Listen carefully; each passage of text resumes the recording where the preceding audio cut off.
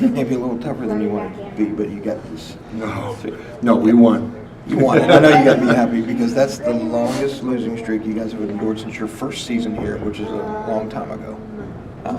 Going back and looking at it, your teams, you don't lose very many games in a row. Let me interrupt you real quick because the last game I pointed it out to our players that we had lost 5 in a row. It's the first time that I remember that ever happening here. And I said, but that doesn't matter.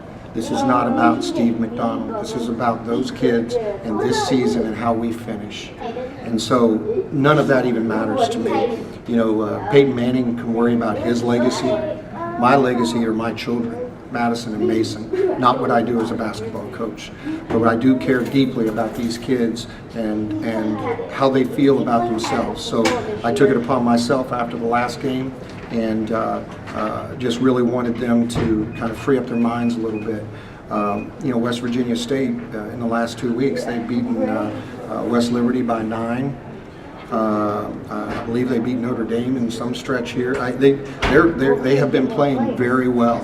And I think that although it looked like they were hitting a million threes on us, I think the things we did defensively changed the rhythm of the game to the point where there was no rhythm. And that was to our advantage. That was my next point. I thought your defense really, won this game for you. I thought you did a nice job out there getting out, for the most part, on their shooters. I mean, give them credit. They did knock down some shots. And some of those were from a long ways away. Yeah, right. So, Rachel Ward coming into this game was 19 for 29 from 3 in her last 3 games. That's 66%.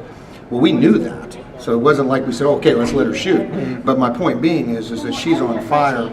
We knew that we needed to guard her, but it's just not as easy as people think it is to run the defenses we're running now and be able to get to everyone. But what it did do is it kept them from dribble penetration. And so, I think if we'd have played them man-to-man for 40 minutes, we would have had a great deal of difficulty guarding them. So this kept us from getting tired. It kept us, believe it or not, out of foul trouble, although we had somebody foul out. But it kept us from being tired, and it gave the rhythm of the game to us.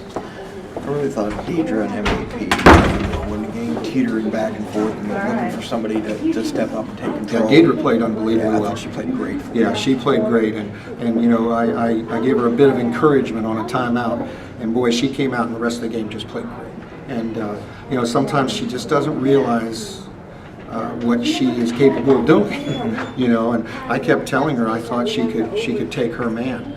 Every time out, every break we had, I said, go, take it, rip it and go. And she was big, and I thought MVP was big as well.